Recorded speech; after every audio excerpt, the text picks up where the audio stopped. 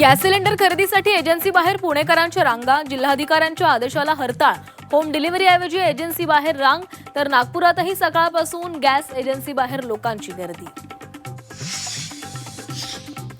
जालना जिल्ह्यात गॅस सिलेंडरचा काळा बाजार, घरगुती गॅसचा व्यावसायिक कारणांसाठी वापर, पुरवठा विभागाच्या कारवाईत 43 सिलेंडर जप्त।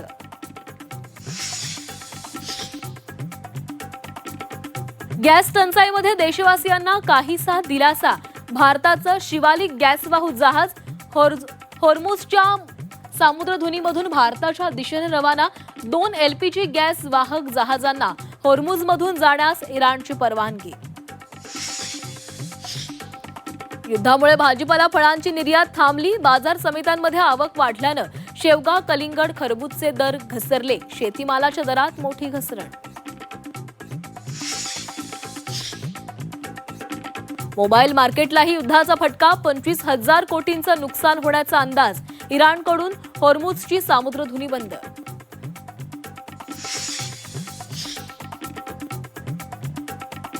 आखातातील युद्धामुळे हवाई प्रवास महागला, एअर इंडिया पाठोपाठ इंडिगोकडून इंधन अधिभार लागू, तिकीट दर 425 ते 2,300 रुपयांनी वाढणार। अमेरिका, इस्रायल आणि इराण युद्धाची धग सलग 15व्या दिवशीही कायम। आतापर्यंत 1,444 युद्धबळी तर 18,000हून अधिक जखमी, तर अमेरिकन सैनिकांचाही मृत्यू झाल्याची माहिती।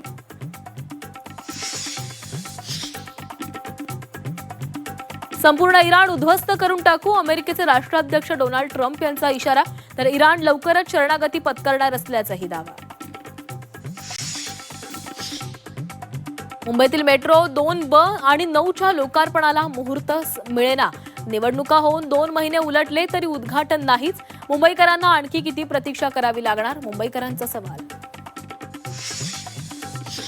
करवीर निवासिनी अंबाबाईचे दर्शन आजपासून 4 दिवस बंद, पुरातत्व खात्याकडून मंदिराच्या संवर्धन आणि देखभालीचं काम सुरू असल्याने निर्णय।